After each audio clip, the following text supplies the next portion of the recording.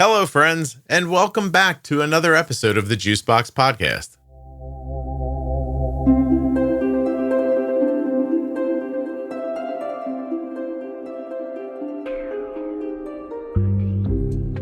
Keri's had type 1 diabetes since she was a child. She lost her brother early in her life. It had an incredible effect on her and her family. We're going to talk about that today and much more. Nothing you hear on the Juicebox Podcast should be considered advice, medical or otherwise. Always consult a physician before making any changes to your healthcare plan. AG1 is offering my listeners a free $76 gift when you sign up. You'll get a welcome kit, a bottle of D3K2, and 5 free travel packs in your first box. So make sure you check out drinkag1.com/juicebox to get this offer. Don't forget to save 40% off of your entire order at CozyEarth.com. All you have to do is use the offer code JUICEBOX at checkout. That's JUICEBOX at checkout to save 40% at CozyEarth.com. Are you an adult living with type 1 or the caregiver of someone who is and a U.S. resident? If you are, I'd love it if you would go to t1dexchange.org/juicebox and take the survey. When you complete that survey, your answers are used to move type 1 diabetes research of all kinds. So if you'd like to help with type 1 research, but don't have time to go to a doctor or an investigation, and you want to do something right there from your sofa, this is the way. t1dexchange.org/juicebox. It should not take you more than about 10 minutes. This episode is sponsored by the Tandem Mobi system, which is powered by Tandem's newest algorithm, Control-IQ Plus technology. Tandem Mobi has a predictive algorithm that helps prevent highs and lows and is now available for ages 2 and up. Learn more and get started today at tandemdiabetes.com/juicebox.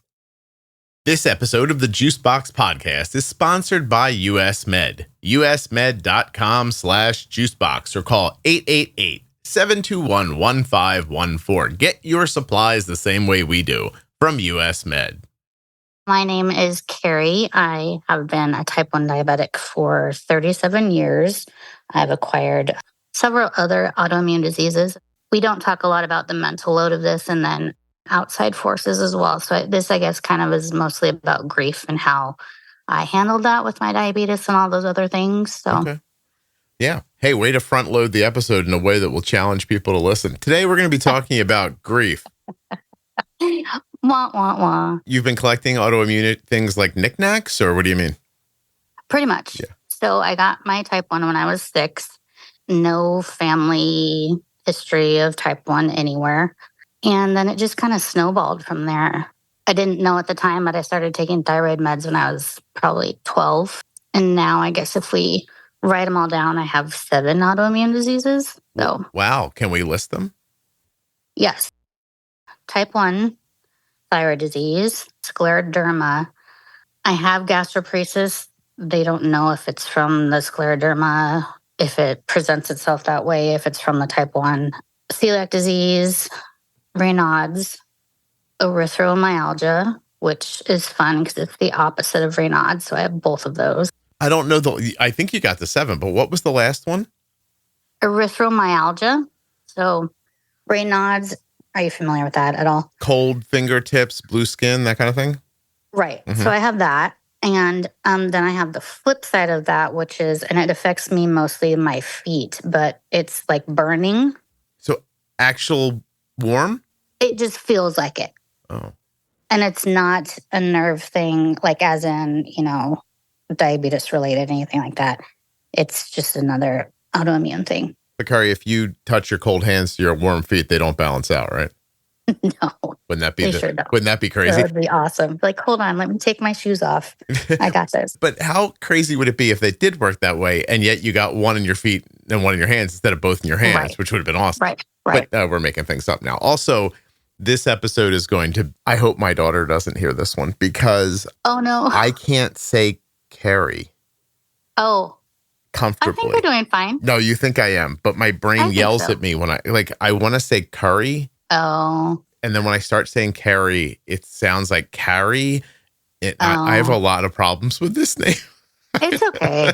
Just if I mess up, I'm sorry. Differently too. So It's spelled Keri. So maybe that helps. Or maybe that makes it worse. I'm going to use the shampoo commercial. There you go. I'm going to go lotion. because is it lotion? Like Carrie is so very. I think I think it was lotion. All right.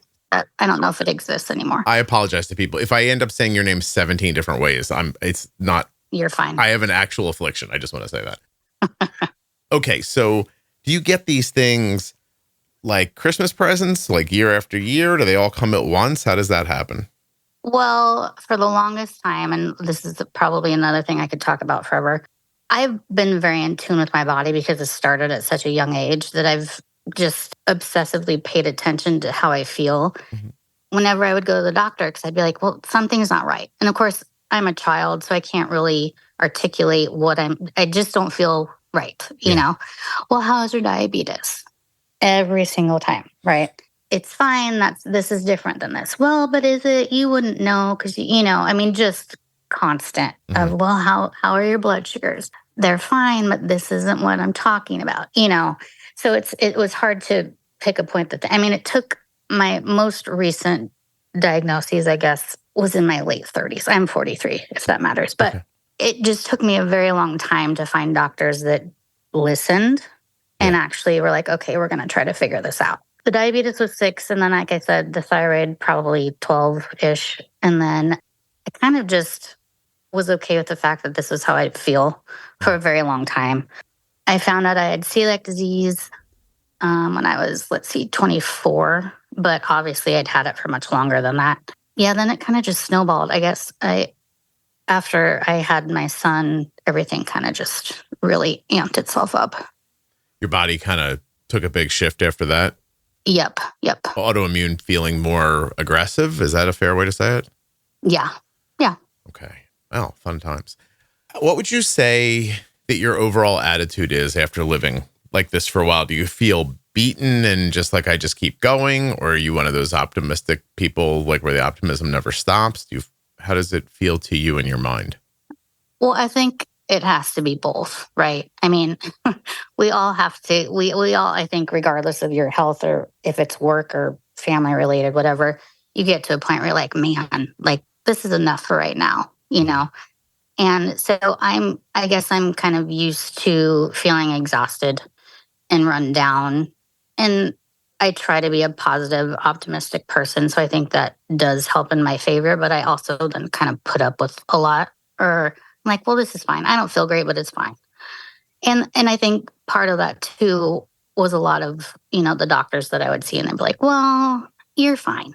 I'm like, well, but could we just look a little deeper? Could we just, maybe I am fine, but let's just, So do you think they were putting you off, pretending or saying to themselves, she doesn't really know because she's young?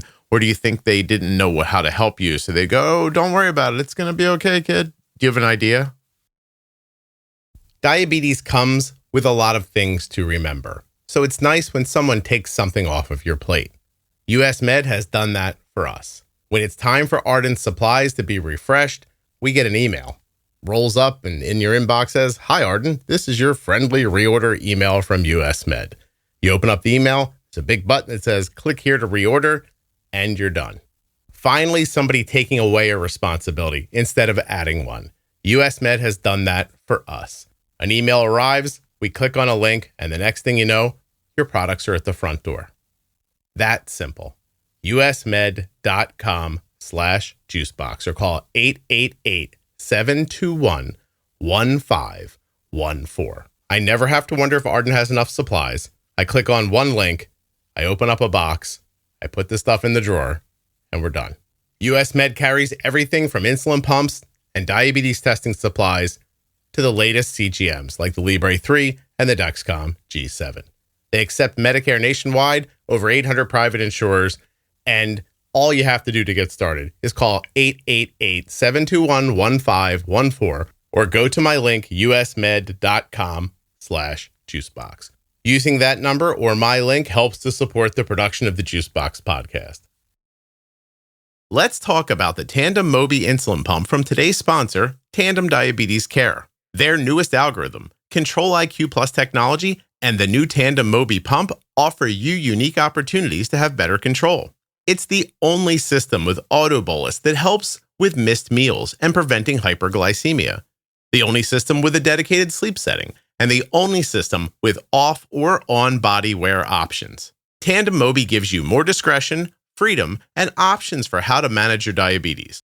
This is their best algorithm ever, and they'd like you to check it out at tandemdiabetes.com/juicebox. When you get to my link, you're going to see integrations with Dexcom sensors and a ton of other information that's going to help you learn about Tandem's tiny pump that's big on control. tandemdiabetes.com/juicebox. The Tandem Mobi system is available for people ages 2 and up who want an automated delivery system to help them sleep better, wake up in range, and address high blood sugars with autobolus. Again, I think that was also both. I have had, let me see, 4 or 5 endocrinologists throughout this time. Mm-hmm.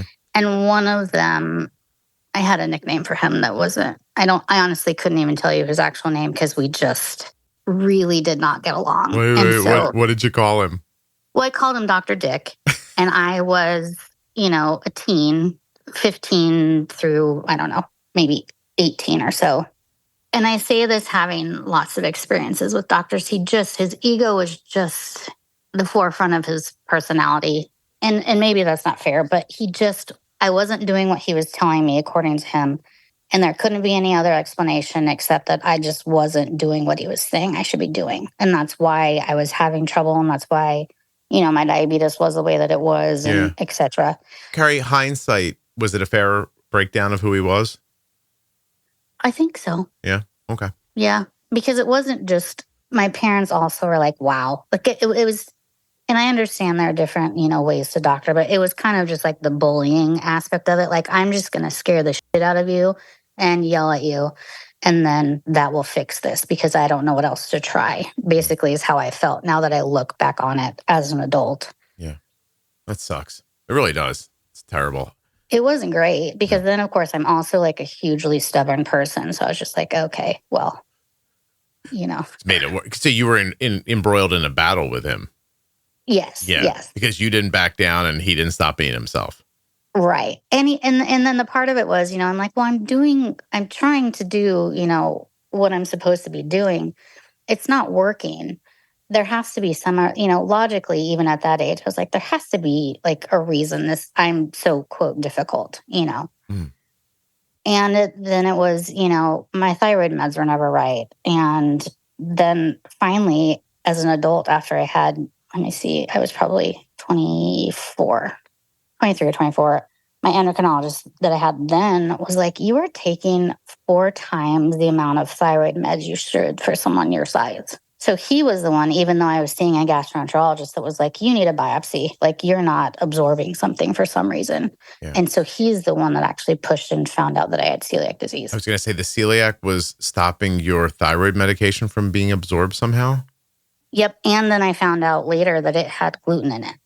Oh, yeah. You're going to need to use, what do you use? The Tirosint now, right? Right. Well, now I have to because my insurance is super fun. They deny it every year, and then they switch me to the levothyroxine and the Tirosint because theirs are guaranteed gluten-free. Yeah. Yep. Good for you. Because another thing was like, well, no, you're eating it. You're getting it from somewhere. I'm like, no, I'm really not. Like, I'm not doing that. So you're taking what felt like a handful of like Synthroid, but it had gluten in it. And then it was causing inflammation and then not absorbing. And then they were throwing in more, which is causing more inflammation. Is that about right? Yes. And the other shocking thing about that time period was I'm almost 5'7". I like to give myself that little extra, quarter of an inch. I'm okay saying you're 5'7". Keep going. Yep. And I weighed 92 pounds. Oh. And so then it was, my heart was, beating too fast, working too hard because I was anorexic, which again, like, nope, not doing that to myself. Like, everyone's seeing me eat. I don't have an eating disorder. Well, it was a celiac disease. Yeah. So you're thin and your doctor just says you're anorexic? Like, yep, and you say, no, I swear to God, I'm eating. And then that like doesn't stop that? Yep. You're not eating. And I vividly remember so then they had me see a cardiologist because my heart was, my resting heart rate was like 120. Thumping away. Yeah. The nurse was like, yelling at me, why are you doing this to yourself? You're anorexic. You have an eating disorder. And I'm just like, okay, here we go again. Like, no one's listening to me. I'm not doing this to myself. So God bless that endocrinologist that finally was like, something is not right. Like, yeah, they could look past what they saw right in front of their face and could think about it a little bit. Yeah. Right. Jeez, it sucks. Yeah. And what do you do, right? Because you have so many competing issues that like things are probably masking other things and causing problems they don't normally see. They don't know what to do. And then they default to what they most frequently seeing. Right. Yeah. Okay. Yep. You pissed about that when you look back? Oh, yeah. Well, and to throw in another aspect of this, I realize this isn't going to sound real to most people. So all of this is going on. When I was 14, my older brother passed away.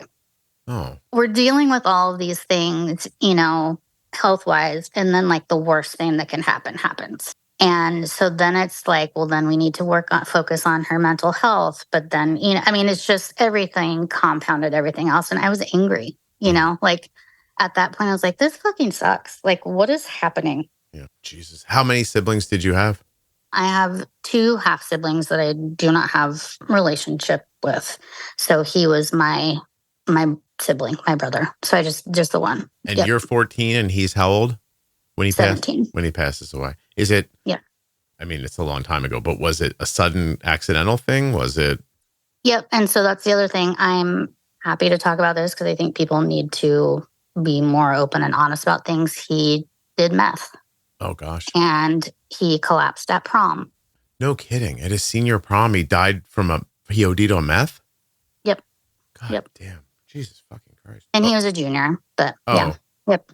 Jesus. My God. Well, what does that do to the family? And I bet you it takes the focus off of your health for a while. Well, it does for a second. Okay. And then I am the hyperfixation, right?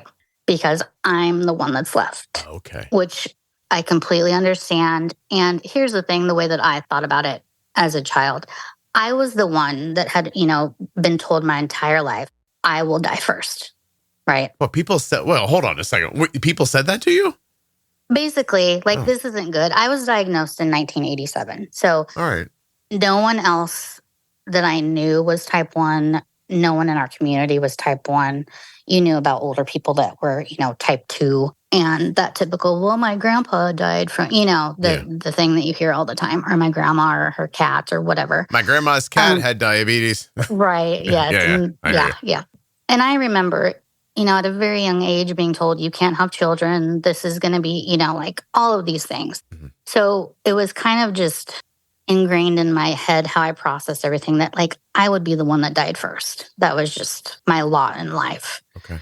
So I'm picturing your brother passes. For a hot second, everybody's, distracted, obviously. But then you're saying, see, I thought you were going to say then your parents started to focus on you because they're like, we can't let this one die.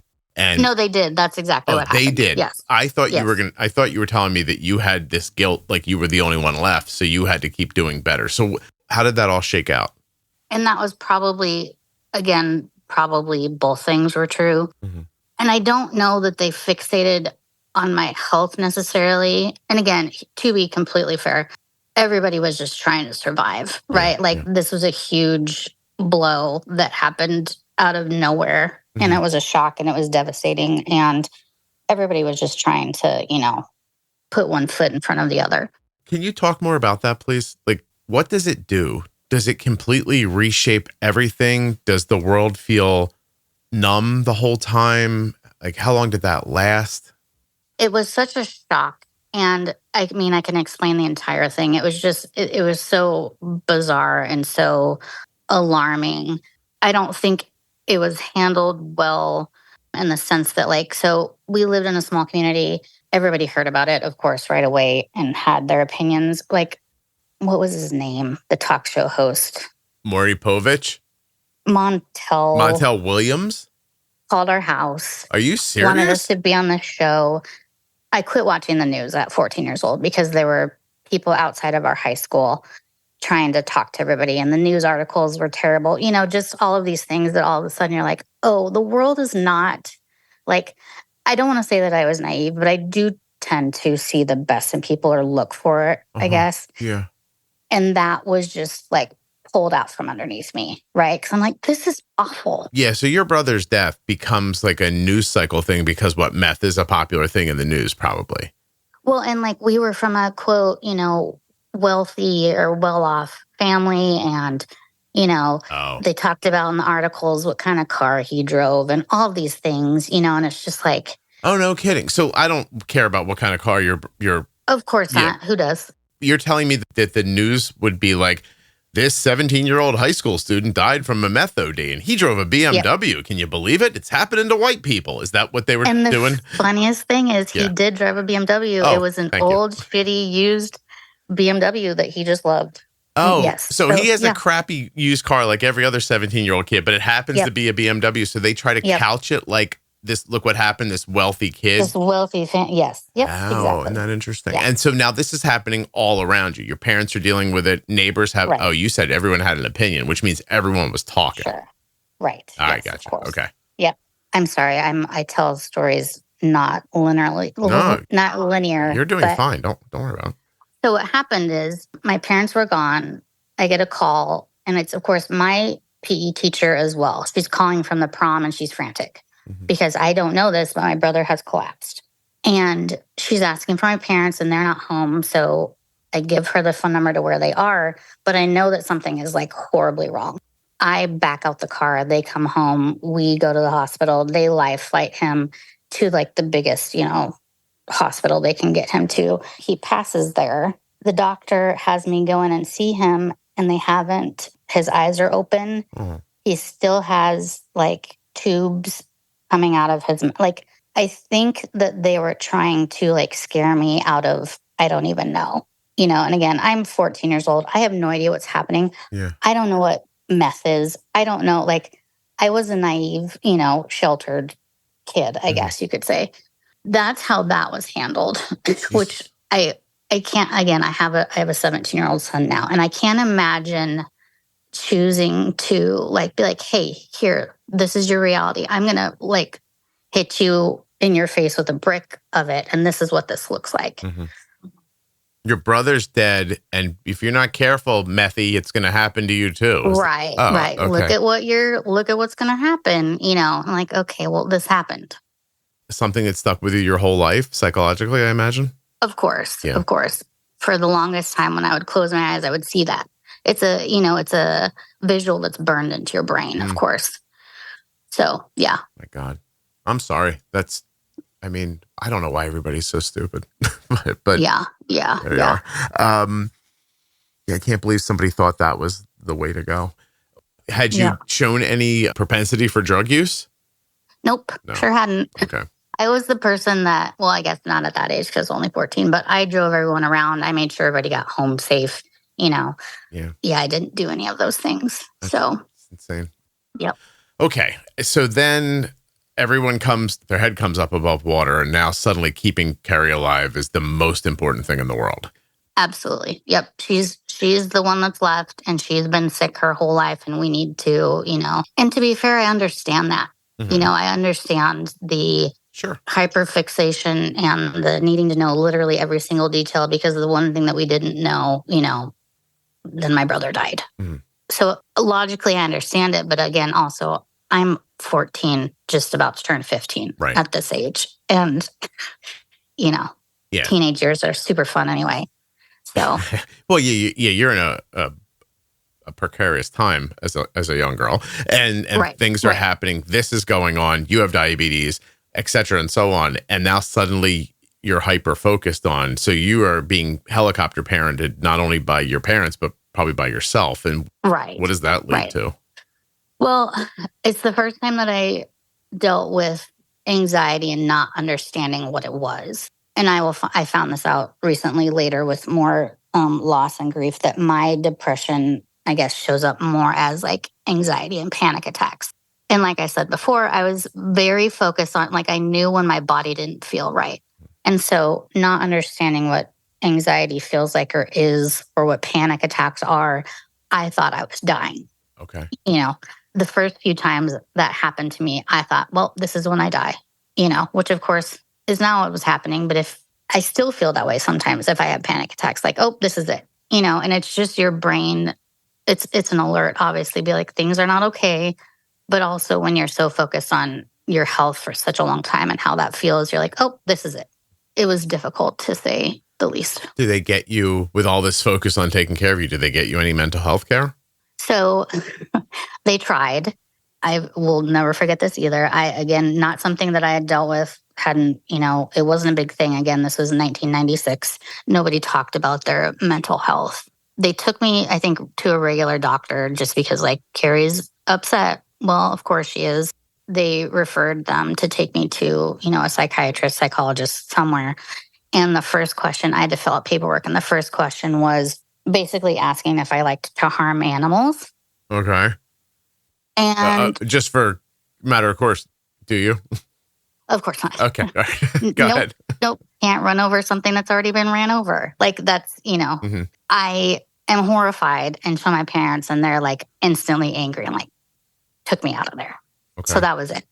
My God. I don't understand. Okay. So you didn't go back for mental health care because it started off so kind of harshly. You feel like you had depression that showed itself as like panic attacks and anxiety. Is that right? Yep. Was that medicated at any point, or something that you worked through in a different way once the therapy wasn't the road for you? It was not medicated. And then again, I found out later after I had my son, I had postpartum really bad, and they tried to medicate me for that, and it made it so much worse. So my body does not handle those kinds of medications well. I know that when I'm having an instance of where that's happening, obviously it's a mental game, and I have to tell myself that this is what's happening and it's okay, everything is fine. But I think at that age, I was 15 then, I processed through writing and art and things like that. That helped me at that time, but never medicated. No. Okay. So art, like taking your mind off things, like going to another place in your mind, like that kind of idea? I wrote poems a lot. I would write my brother letters, just things like that. Just that's how I talked through things, was with writing them. Because the other problem was I didn't feel like I could say his name out loud in front of my parents because they were devastated, right? Okay. So I didn't feel like I could talk to them about him because I didn't want to make them more upset. Oh, I see. Tell me about the writing the letters. How long did you do that for, and how valuable did you find it? I probably did that for a few years, maybe 2 or 3 years. And I found it to be hugely beneficial. I know somebody who's doing it right now. That's why I asked. I learned in college to free write, and again, that was nothing that I knew about, but it really just does help you get things out, and process things without even realizing that that's how you're processing it. Because you're not editing yourself. You're just getting it out. And I found it to be hugely beneficial. That's awesome. And just talking to him like he was there, like telling him what was happening, how you were feeling, that sort of thing. Yep. Yeah. Yep. Yeah, I think maybe more people should try that. That's not a bad idea at all. But you couldn't say his name in front of your parents because you were afraid to make them sadder. Yes. That's what I felt like that was my responsibility, to not add to that, because again, of course they were devastated. It's your literal nightmare. I remember the first time I laughed or said his name and I audibly gasped at myself. Oh, like you were shocked that you said it out loud. You were like, oh no, I did it. Yes. I was like, oh shit. Yeah. You thought Voldemort was coming. Yeah. Yeah. Yep. Have you talked to your parents? I mean, are your parents alive still? No.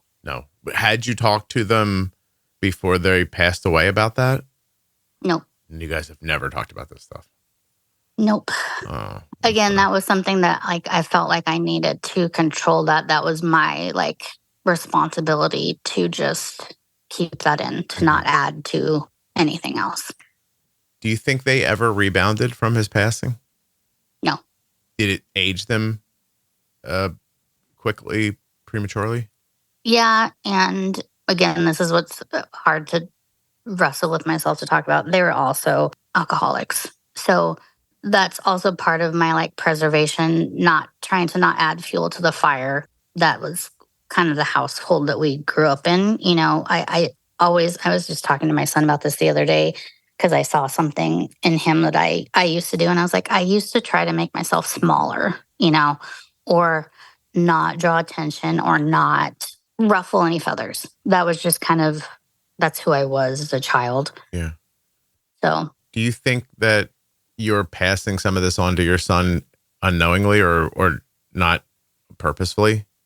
yeah, that's what's hard because I like I said, we literally just talked about it the other day because I said, honey, I saw you. I see that in you. I see you, if I'll say something to him and he'll just be like, okay. Like, I'm like, no, like react and respond. It's okay.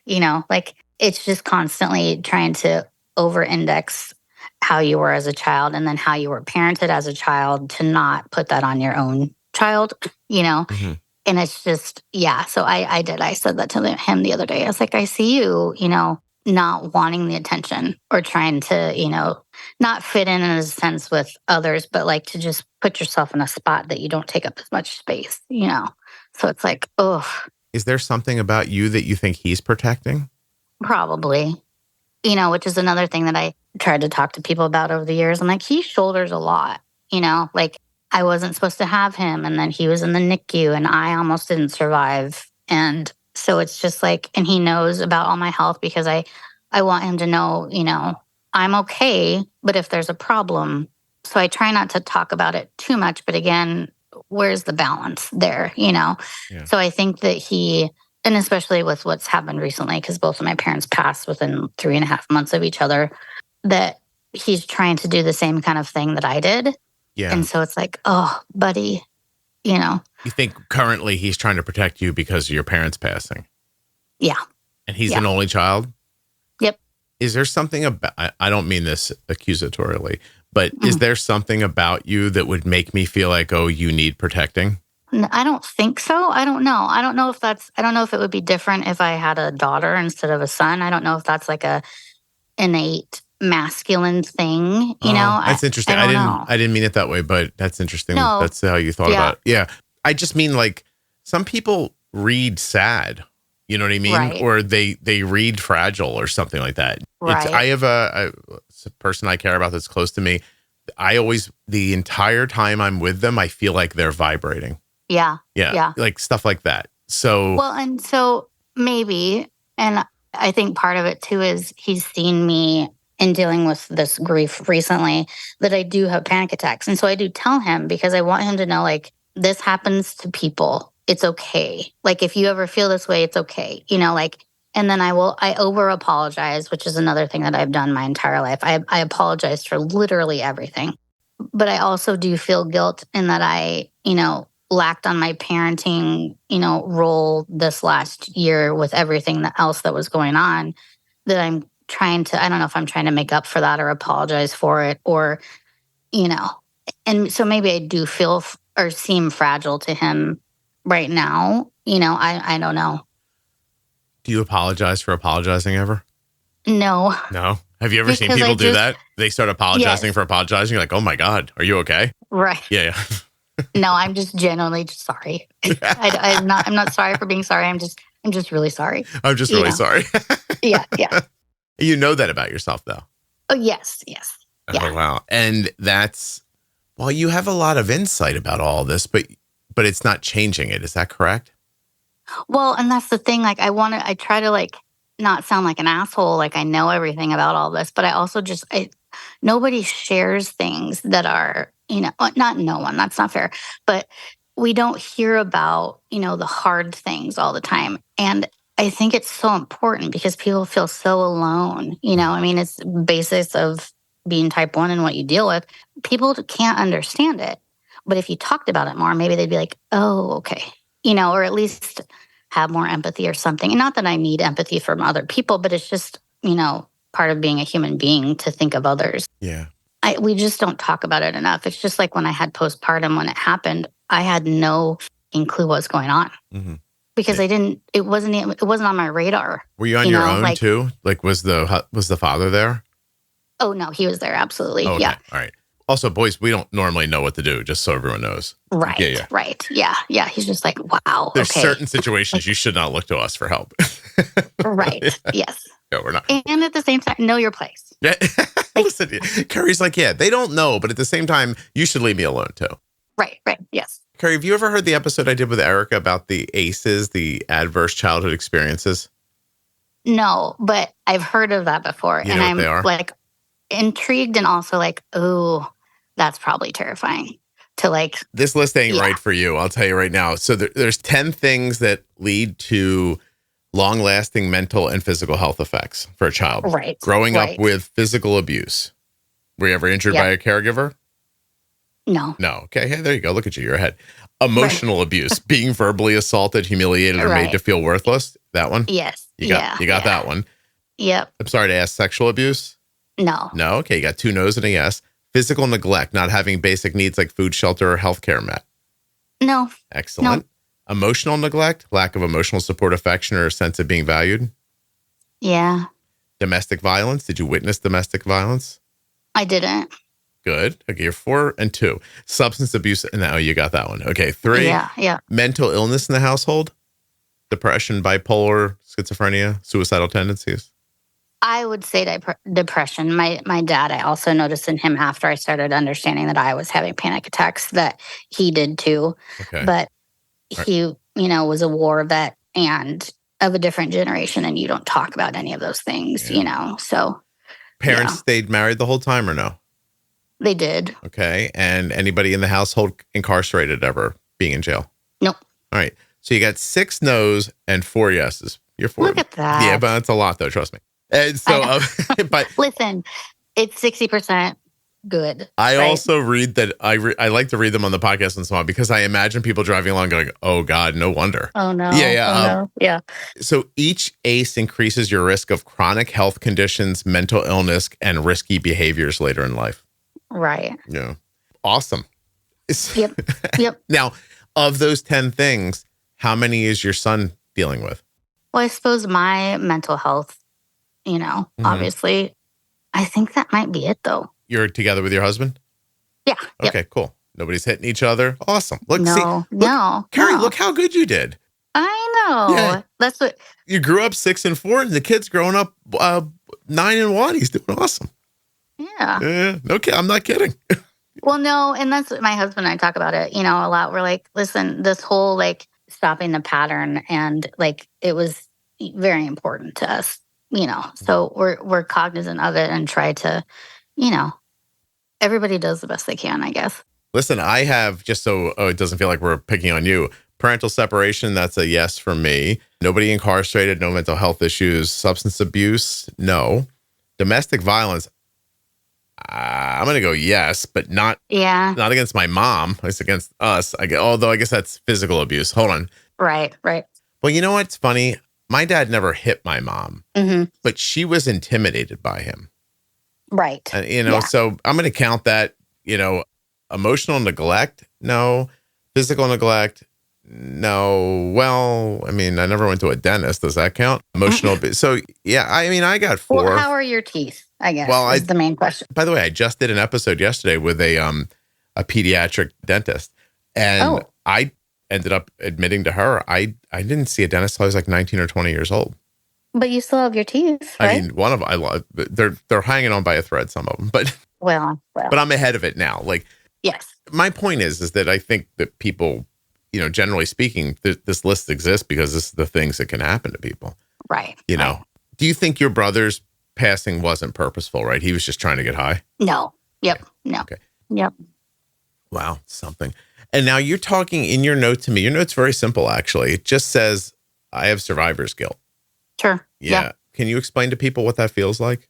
Well, so it's like I said, and I felt this at a very young age. My brother was the healthy one, and I also have guilt in the sense that everything when we were younger was focused on me because I was the unhealthy one, and it was like a dire sentence. Everything that was happening to me was like, oh my God, she's going to die.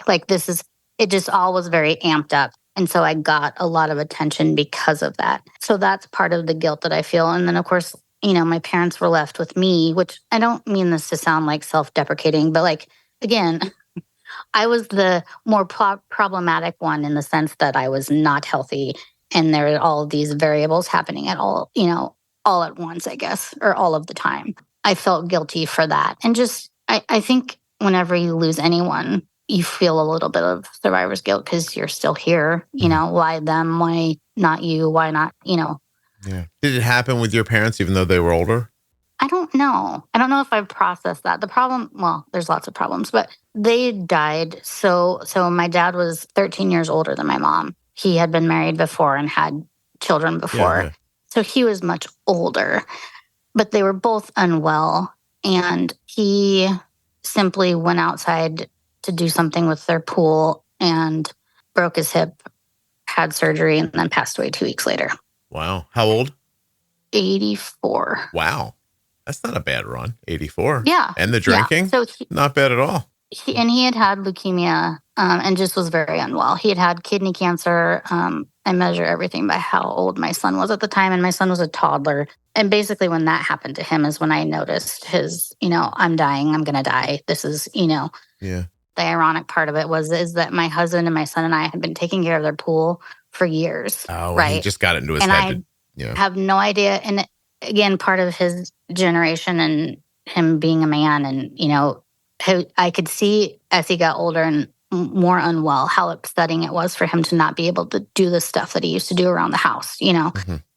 And for whatever reason, he felt like he needed to go out there that night and check on something. And, Well, it's awful. And I understand too, like that feeling of like, right? Yeah, all the things I was in this world, they shrink. Yep. If you can't reform yourself to your new abilities, right? Yeah, it can be really devastating, I would imagine. And then your mom's 71? So she had esophageal cancer. Oh my gosh. Did they My smoke? mom had smoked for, I don't know, 50 some years. Yeah, because how are you going to have a drink and not a cigarette? Right. Yeah, they had both quit drinking at this point. She never quit smoking, which, is here or there. It doesn't, Yeah. She had esophageal cancer. And this was happening like during COVID. So my dad was not well because he had leukemia and was just very frail. I would take her into her treatments every day. And again, this doesn't seem fair, but it's just part of like what sticks out. The second we would get out of like her chemo and radiation, she'd have a cigarette, And I'm just like, what are we doing? Like, well, chemo is stressful. Right. She probably have been better off sticking with the booze and not the cigarette if she's going to pick one. You know what I mean? But go ahead. Yeah. So then they got it, supposedly. They didn't see it anymore. It was gone. But she had to keep, going in for checkups and things like that. And so it was about, she had been not well, like something was not right, obviously. And she had some like major infections and stuff. I took her in for a checkup, an endoscopy to check on things. It was about 3 weeks after my dad passed away, and I took her in for an endoscopy checkup. And it was back. Her cancer was back with a vengeance. Like she had a hole in her esophagus. Jeez. She was not going to survive. They could have done a major surgery. She didn't want to do that. And I get it. She's also, my dad had just passed away, like everything was awful. And so she passed away 3 months later. No kidding.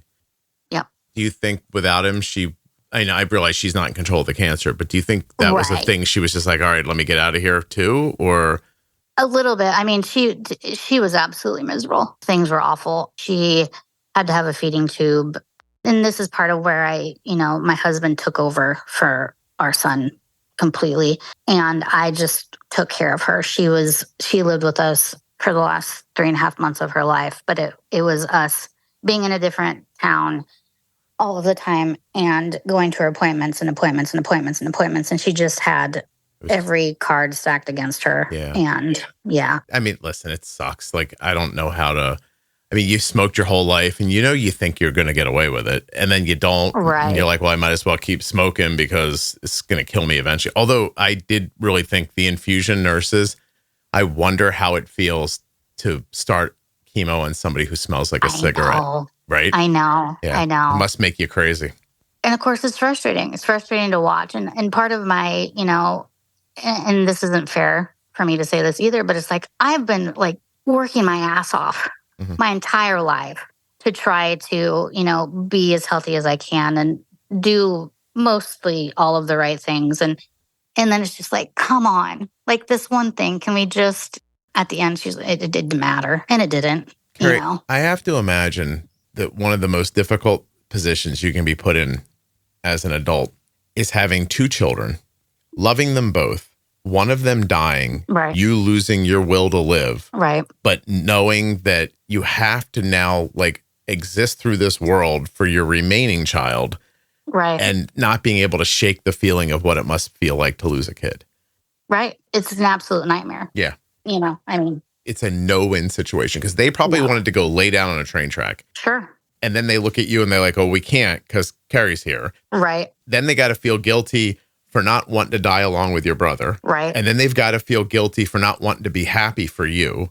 And Right. it just feels like a never ending cyclone of hell. It was. Yeah. Yeah. Yep. And drink and smoke too, just so you know. I don't want to talk about this in the wrong way because I do believe they did the absolute best they could, but it was a nightmare. Yeah. You know, I mean, everything was a nightmare. Honestly, smoking, drinking, and cancer still sounds like the best you can do in that situation. I mean, look, not that there aren't people who pop up, you know what I mean? And God bless them. But like, I had a woman on this podcast, maybe in the first year, and her son passed away at college. If I'm remembering right, he had type 1. He got sick. He tried to go lay down. He just never woke up again. Right. I still see her on social media. Yeah. And she looks as sad today as she felt when I spoke to her 10 years ago. I don't know. You don't get over that. Yeah, I have no idea. You know, you move with it every day, right? You don't move through it. You move along with that every single day. You don't move through it. You don't get through it. You don't, get past it. It's never not there. Like, I mean, I have a child, you have children. Like, it's unimaginable, And having a tragedy feels like, well, we've experienced a tragedy. Life won't give us another one. Like, right. But I don't know if you saw this, and this would be a difficult thing to see, but there's been a woman named Michelle who's been on the podcast twice, right? Her son, Jesse, passed away. Mm-hmm. There's an episode called Jesse Was Here. And it's lovely. Mm-hmm. It's about her young type 1 son who died. And I'm going to try to see what episode numbers they are while we're talking. Okay. I saw yesterday her husband and 3 of their friends died in a car accident. Oh my God.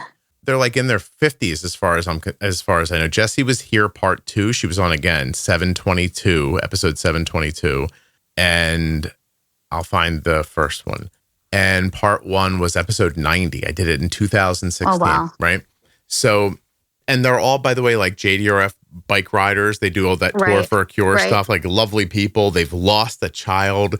You think, well, what else could happen? Right? Right. Well, what about a car accident that kills me and my husband and 3 other people? Exactly. Yeah. Yeah.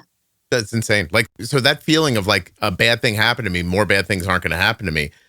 That's not real. And then once your kid passes away, like your parents had, and then someone gets cancer, you probably think like, man, there's no filter between me and everything that goes wrong. Yeah. Enough already. Yeah. This is enough, but it's not, and it doesn't stop, and you have to figure out how to, process all of that, but it doesn't make it easier. But in a different way, don't you have the same problem, right? 7 autoimmune issues. Well, right. And so that became a joke with me. And that's how I deal with most things is, through sarcasm and humor. But it's like, okay, 2, okay. Then we got up to 5, and I was just like, okay, 7 has to be it. Like, we are done with this.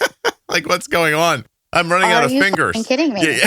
Right. Yeah, I can't. How am I supposed to keep track of them if I go over 10? Yeah, my feet are on fire. My hands are freezing. I can't count these things. Well, and then they're like, and you're anemic, and you have osteoarthritis, and you have severe degenerative disease. And I'm just like, okay, like, can we quit naming them? Like, surely they're all just one thing right now. Right. Like, why don't we just write down on the paper, Carrie's fucked up. And then we'll that feels like one thing at least. And And every time I go to the doctor, which of course I have tons of them, and they need me to check in with them all the time. And I'm just like, just fucking read my chart first.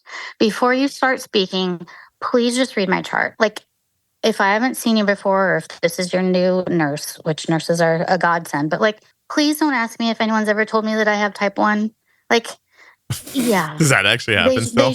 It has happened twice.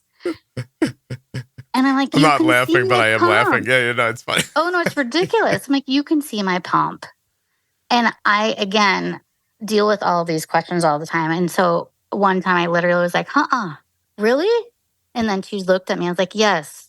And at that point, it was, I was like, for 20 whatever years now. She's like, oh, like, yeah, people don't have insulin on their medication list just for funsies. Like, has anyone ever told you have diabetes? Do you ever go, right. Or the other one that I get a lot, so I have to see a pulmonologist for my scleroderma. They do an echo and check my lung to make sure I don't have hypertension in my lungs.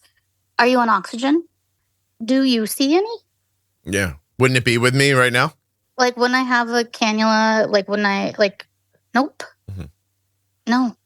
And you work at a pulmonologist's office. Like, I think you should be able to cite real quick if someone's on oxygen or not. Like, try harder when you're asking those questions. Look at my face when you ask me that. Yeah.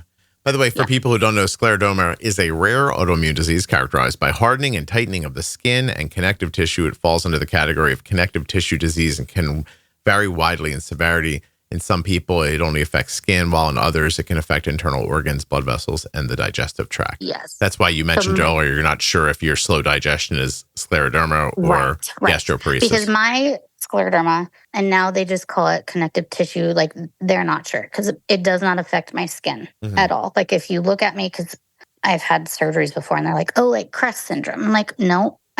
So I don't have the skin part of it. It does not affect my skin. It has affected my esophagus. So have you ever had a motility test done?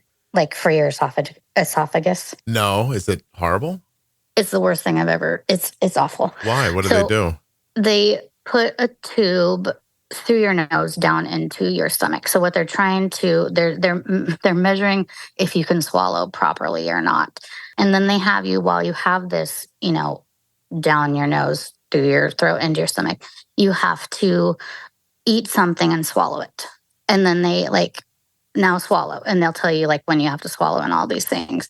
I've had to do that twice. And they measure 10 swallows. And the best I ever did was that I failed 9 out of 10, not 10 out of 10. My scleroderma has affected my esophagus. And then most likely my, gastroparesis is that they think it's from that, but who knows? And it doesn't matter. Do you have reflux as well? Oh, yeah. Difficulty swallowing, acid reflux, malabsorption you mentioned earlier. Yep. And you also have the pain, stiffness, and swelling in joints? Yeah. Yeah. I've had several surgeries. I've had 6 hand surgeries, procedures on both my shoulders, which were for frozen shoulders, but I have osteoarthritis bilaterally, and then I had 2 discs replaced in my cervical spine. Jesus Christ, Carrie. Have they ever tried any of those injectables on you? Yeah, I've tried my rheumatologist, we tried kind of everything you can think of, and my body did not respond well to any of them. So all I take right now for it is Plaquenil. Okay. Does your son have any autoimmune issues? Nope. Good. Oh, that's awesome. He is allergic to outside, and he's an athlete. So we manage that with allergy shots and meds, but no autoimmune stuff, knock on wood. Real bad hay fever. He's allergic to grass and trees. Oh, and that's hardly anywhere. So that won't be a problem. And he's been an athlete his entire life. So it's okay. He should move to New York City or something. Yeah, I don't know. Yeah. The smog will choke him instead, but at least the grass won't get him. Life's great, isn't it? Yeah. I had somebody tell me the other day, you should eat local honey. It helps you to not be allergic to local allergens. And I was like, I'll try it. Sure. I'll give it a whirl. So whenever you go anywhere, because we noticed this with him, he plays competitive soccer, so they travel a lot. Whenever we land anywhere, we're like, oh my God, here it comes. Yeah. But, yeah. And just the over-the-counter stuff's not going to help him. I mean, he does fine. And here's the other thing. He's also stubborn. And unless he's really struggling, he's going to say that he's fine, which I think partially comes from me and from my husband. So, yeah, bunch of hard-headed people. Listen, if you're not hard-headed, I'm assuming you would have dove off a bridge 20 years ago. Oh, so, for sure. Yeah. Right. I mean, I'm surviving purely on spite at this point. You can't have a baby. Oh, yeah. Okay. Oh, you just proverbial hold my beer. I don't drink, but yeah. 100% just named this episode Survive on Spite. I think that's great. Yeah. I'm not dying. Screw y'all. I'm going to outlive every single one of you. How was your diabetes through all this? I mean, how do you know, why do you know me? I honestly don't know when I found the podcast. I have no idea. I think it was the Facebook group first somehow. But again, like I said before, historically not sound. So I don't know when I discovered it. I think you said that before we were recording, that you're not historically sound. Yeah, I'm not geographically or historically sound. So I don't know when I found you, but I love the online community. I mean, again, I've said this before. I think it's so important to talk about things and share things so people understand that they're not alone or can feel some sort of, because, all of these things they can feel lonely, and you can talk to whoever and try to explain everything to them, but nobody can actually understand it, which is true of anything. But when your health has affected you your entire life and it's not something that's going to go away, it's nice to have a group, not of people that, are suffering, but that you can, oh, so-and-so, oh, that happened to me, or this is what works for me, or just to listen, so. Starting that group is maybe one of the best things I've ever done in my life for other people. And I did it begrudgingly and didn't understand how valuable it would end up being for them. So, right. I just meant begrudgingly. I did not want to be in charge of a Facebook group. Who does? So far, I've not met one person who's like, oh, I run a Facebook group and I love it. Yeah. The nuts and bolts of it are not fun. Well, it has to be rewarding. Yeah, it's very rewarding. They're providing a place where people, I don't know, are led to so many different valuable things in their life. Like listing them's not even important. That makes me feel good. When I have bad days, I pop on that and I see people doing better or asking good questions or learning how to communicate with each other or whatever they're learning, they're doing there. Yeah. And I think this is a good thing you did here, Scott. Like, you know what I mean? Like it helps. It's just as simple as I will see myself like reading someone's response or someone's comment and being ready to just fire off something awful, right? Like, what the fuck? Like, this is, don't say it, and then I'm like, nope, you're an adult. We don't do that. This is not how you can't be one of those people that adds this to this fire of being able to just say whatever the hell we want. And there are no consequences. So even that, like you're teaching people that. And again, I'm a grown-ass adult. I'm still like, oh, no, can't do that. That's not okay. I have people come to me all the time and they're like, you're teaching adults how to talk to each other. And I was like, I know. Yes. Yeah. Unintended benefit of doing this. So it's a lovely, lovely thing. It really is. I would have made fun of it 5 seconds before I did it. Yep. I would have been like, oh my God, Facebook, ridiculous. People are going to be arguing all over the place. But if you just step back and see everybody as being in a slightly different position in a similar journey, it's awesome to watch everybody rise up. You know what I mean? Yeah. Anyway, cool. Well, yeah, it's awesome. Is there anything we haven't talked about that we should have? Well, you just asked about my diabetes and I didn't answer you. All right, well, then that's not. Oh, no. I want to know. I'm sorry. I got lost. No, I go on tangents and like I said, not linear. Don't apologize, Carrie. You didn't do it. It was me. Well, I'm sorry.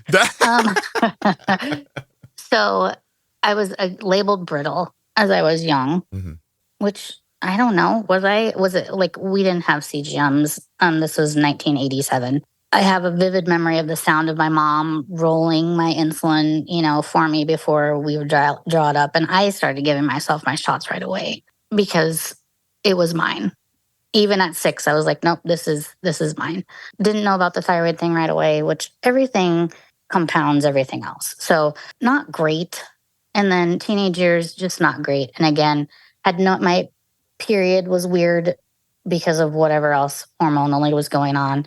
It was a nightmare without, a pump or a CGM or anything like that. And also when those were available to me, I was stubborn. Thought that was taking my own personal control away from, no, I do this. I give myself these shots. I do this, I don't need a machine type of stubbornness. I've been on a pump for 18 years and a CGM for just as long, I guess. With everything that's happened, in the past year, my A1C went up. I'm typically six-ish. So awesome. Good for you. But growing up, you don't know what the hell was going on, right? No, no, it was a show. I tried to, do what I was supposed to. Then, teenagers, I did rebel. I did have burnout. I was, I hated the world. My brother died. All of these things, nothing was regulated in sense of my thyroid and hormones and whatever. So yeah, it wasn't great as a teen, but.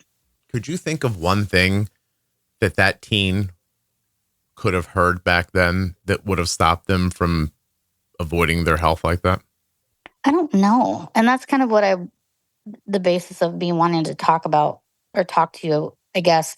Like, at what point, because I see that everybody wanting perfection, which I just think is like the worst word that has ever existed.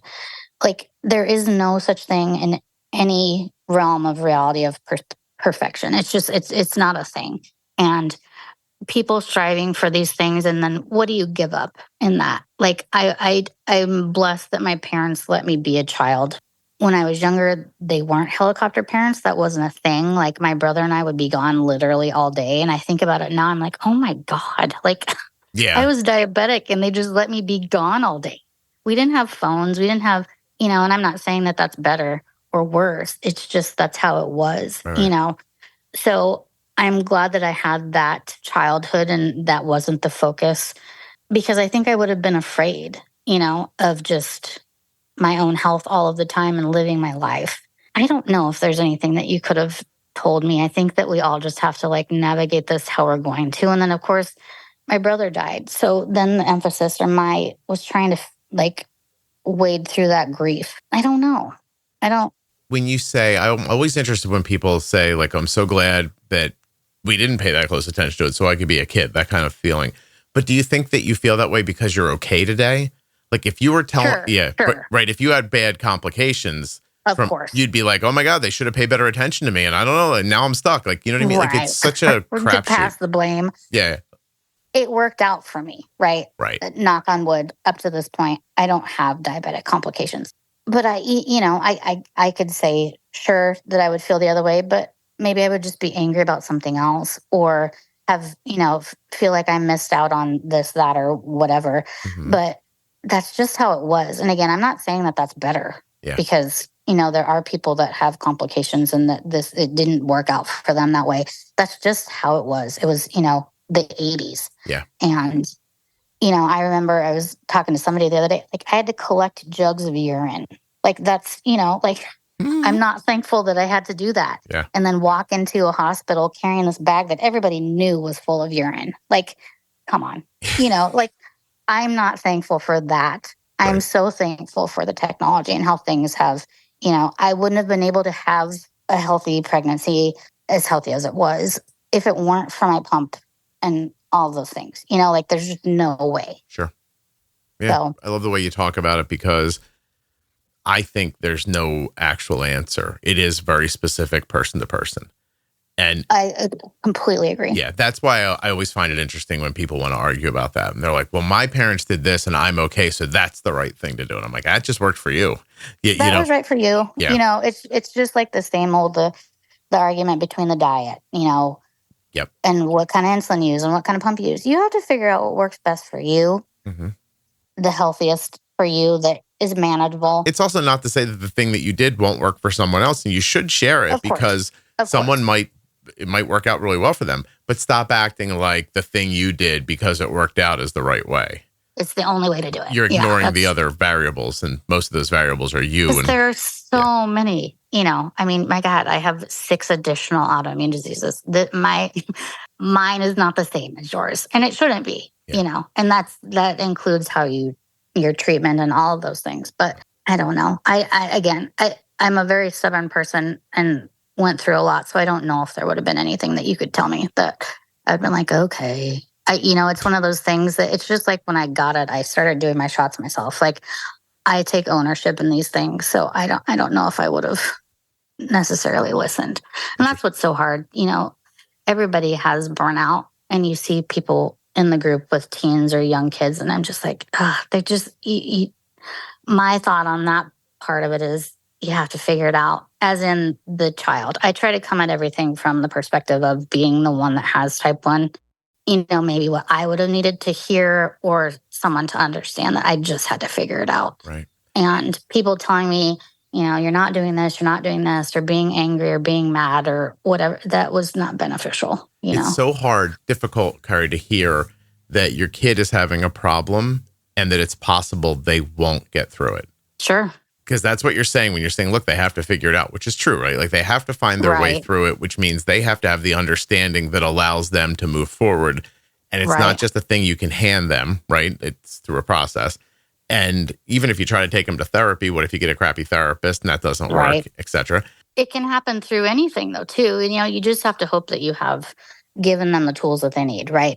Or that at some point they're going to understand or value themselves enough, which is so hard. It's so hard to watch. I have a 17-year-old, like, he doesn't have the health things, but we all have things, right? It's just like relationships or things that happen with, something that you've poured your life into, and now things are not happening for you the way that you think they should. And everybody has to figure out how to navigate those things, whether it's your health or not. Your health, of course, is just the utmost important. So it feels like it's just, I'm sure it's terrifying, and you just have to feel like you have to fix it. And you can't, I know a story of a young man in high school who met a girl, and the girl was dating someone, and eventually she stopped dating that person, and I think he saw that as his opportunity, right? And started to date the girl, and his friend group perceived him as breaking the bro code, and and alienated him, and he had like a pretty significant decline. Right. Yeah. After his social circle walked away from him. Of course. Yeah. And you look back and he didn't do anything wrong. You know what I mean? Right. Right.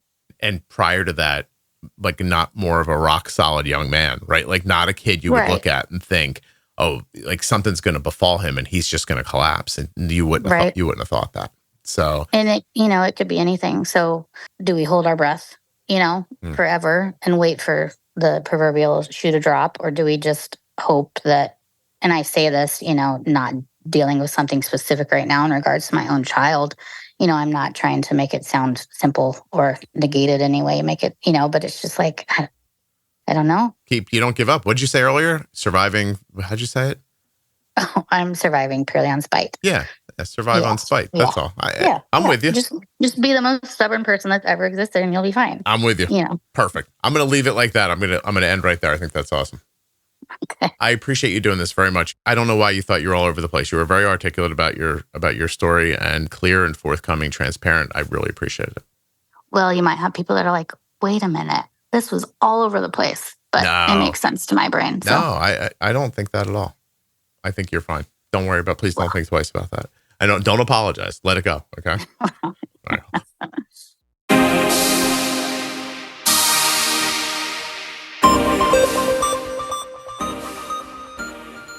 The podcast you just enjoyed was sponsored by Tandem Diabetes Care. Learn more about Tandem's newest automated insulin delivery system, Tandem Mobi with Control IQ Plus technology at tandemdiabetes.com/juicebox. There are links in the show notes and links at juiceboxpodcast.com. A huge thanks to US Med for sponsoring this episode of the Juicebox Podcast. Don't forget, usmed.com/juicebox. This is where we get our diabetes supplies from. You can as well. Use the link or call 888-721-1514. Use the link or call the number, get your free benefits check so that you can start getting your diabetes supplies the way we do from US Med. I can't thank you enough for listening. Please make sure you're subscribed or following in your audio app. I'll be back tomorrow with another episode of the Juicebox Podcast. If you or a loved one was just diagnosed with type 1 diabetes and you're looking for some fresh perspective, the Bold Beginnings series from the Juicebox Podcast is a terrific place to start. That series is with myself and Jenny Smith. Jenny is a CDCES, a registered dietitian, and a type 1 for over 35 years. And in the Bold Beginnings series, Jenny and I are going to answer the questions that most people have after a type 1 diabetes diagnosis. The series begins at episode 698 in your podcast player, or you can go to juiceboxpodcast.com and click on Bold Beginnings in the menu. The episode you just heard was professionally edited by Wrong Way Recording, wrongwayrecording.com.